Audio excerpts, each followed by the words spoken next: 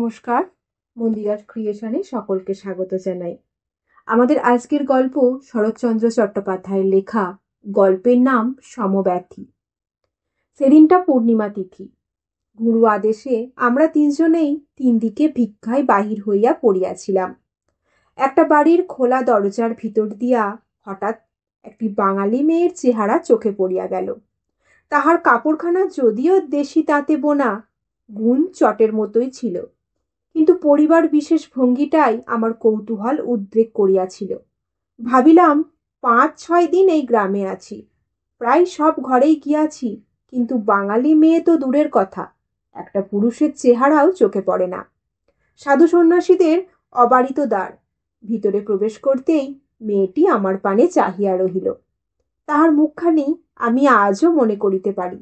তাহার কারণ এই যে ১০-১১ বছরের মেয়ের চোখে এমন করুণ, এমন মলিন উদাস চাহনি আমি কখনো দেখিয়াছি বলিয়া মনে হয় না।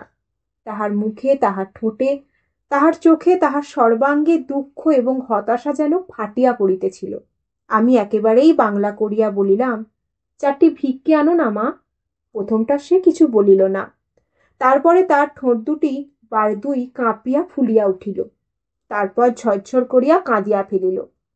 আমি মনে মনে একটু লজ্জিত হইয়া পড়িলাম, কারণ সম্মুখে না থাকিলেও পাশের ঘর হইতে বেহারি মেয়েদের কথাবার্তা শোনা যাইতেছিল।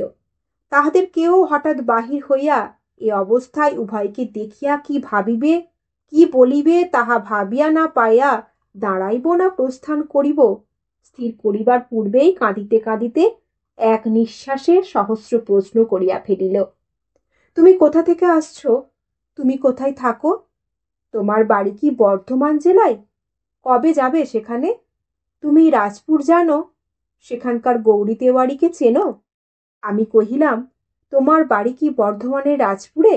মেয়েটি হাত দিয়া চোখের জল মুছিয়া বলিল, হ্যাঁ, আমার বাবার নাম গৌরী তেওয়ারি, আমার দাদার নাম রামলাল তেওয়ারি। তাদের তুমি চেনো? আমি ৩ মাস শ্বশুরবাড়ি এসেছি, একখানি চিঠিও পাইনি। বাবা, দাদা, মা, গিরিবালা, খোকা কেমন আছে কিছুই জানি নে। ওই যে অশ্বত্থ গাছ, ওর তলায় আমার দিদির শ্বশুর বাড়ি। ও সোমবার গলায় দড়ি দিয়ে মরেছে, কিন্তু এরা বলে না, কলেরায় মরেছে। আমি বিস্ময়ে হতবুদ্ধি হইয়া গেলাম। ব্যাপার কি? এরা তো দেখছি পুরা হিন্দুস্থানি, অথচ মেয়েটি একেবারে খাঁটি বাঙালির মেয়ে। এত দূরে এ বাটিতে এদের শ্বশুর বাড়িটাই বা কি করিয়া হইল? আর ইহাদের স্বামী শাশুড়ি বা এখানে কি করিতে আসিল? জিজ্ঞাসা করিলাম, তোমার দিদি গলায় দড়ি দিল কেন? সে কহিল, দিদি রাজপুরে যাবার জন্য দিন রাত কাঁদত, খেত না, শুতো না, তাই তার চুল আখড়ায় বেঁধে তাকে সারা দিন দাঁড় করিয়ে রেখেছিল, তাই দিদি গলায় দড়ি দিয়ে মরেছে। প্রশ্ন করিলাম, তোমার শ্বশুর শাশুড়ি কি হিন্দুস্থানি? মেয়েটি আর একবার কাঁদিয়া কহিল, হ্যাঁ। আমি তাদের কিছু কথা বুঝতে পারিনে, তাদের রান্না মুখে দিতে পারিনে। আমিও তো দিন রাত কাঁদি, কিন্তু বাবা আমায় চিঠিও লেখে না, নিয়েও যায় না। জিজ্ঞাসা করিলাম, আচ্ছা, তোমার বাবা এত দূরে বিয়ে দিলেন কেন? মেয়েটি কহিল, আমরা যে তেওয়ারি, আমাদের বর ওদেশে পাওয়া যায় না। তোমাকে কি এরা মারধর করে? করে না, এই দেখো না, বলিয়া মেয়েটি বাহুতে, পিঠের ওপর, পায়ের তলার দাগ দেখিয়া উচ্ছ্বাসিত হইয়া কাঁদিতে কাঁদিতে কহিল, আমিও দিদির মতো গলায় দড়ি দিয়ে মরব। তাহার কান্না দেখিয়া আমার নিজের চক্ষুও সজল হইয়া উঠিল। আর প্রশ্নোত্তর বা ভিক্ষার অপেক্ষা না করিয়াই বাহির হইয়া পড়িয়াছিলাম। মেয়েটি কিন্তু আমার পিছন পিছন আসিয়া বলিতে লাগিল, আমার বাবাকে গিয়ে তুমি বলবে তো আমাকে একবার নিয়ে যেতে, নইলে আমি। বলিতে বলিতে কোনো মতে ঘাড় নাড়িয়া সাই দিয়া দ্রুত বেগে অদৃশ্য হইয়া গেলাম। মেয়েটির বুক চেরা আবেদন আমার 2 কানের মধ্যে বাজিতে লাগিল। রাস্তার মোড়ের ওপরেই একটি মুদির দোকান।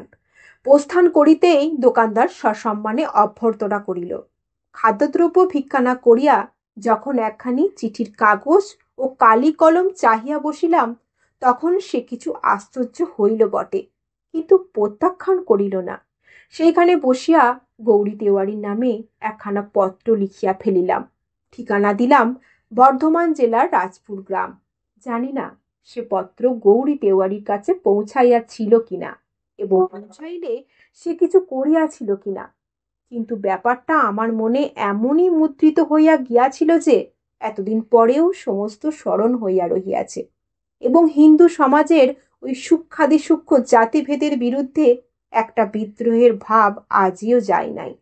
যে সমাজ এই দুইটি নিরুপায় ক্ষুদ্র বালিকার জন্য স্থান করিয়া দিতে পারে নাই, যে সমাজ আপনাকে এতটুকু প্রসারিত করিবার শক্তি রাখে নাই, সেই পঙ্গু আড়ষ্ট সমাজের জন্য মনের মধ্যে কিছুমাত্র গৌরব অনুভব করিতে পারিলাম না। আজকের গল্প এখানেই শেষ হলো।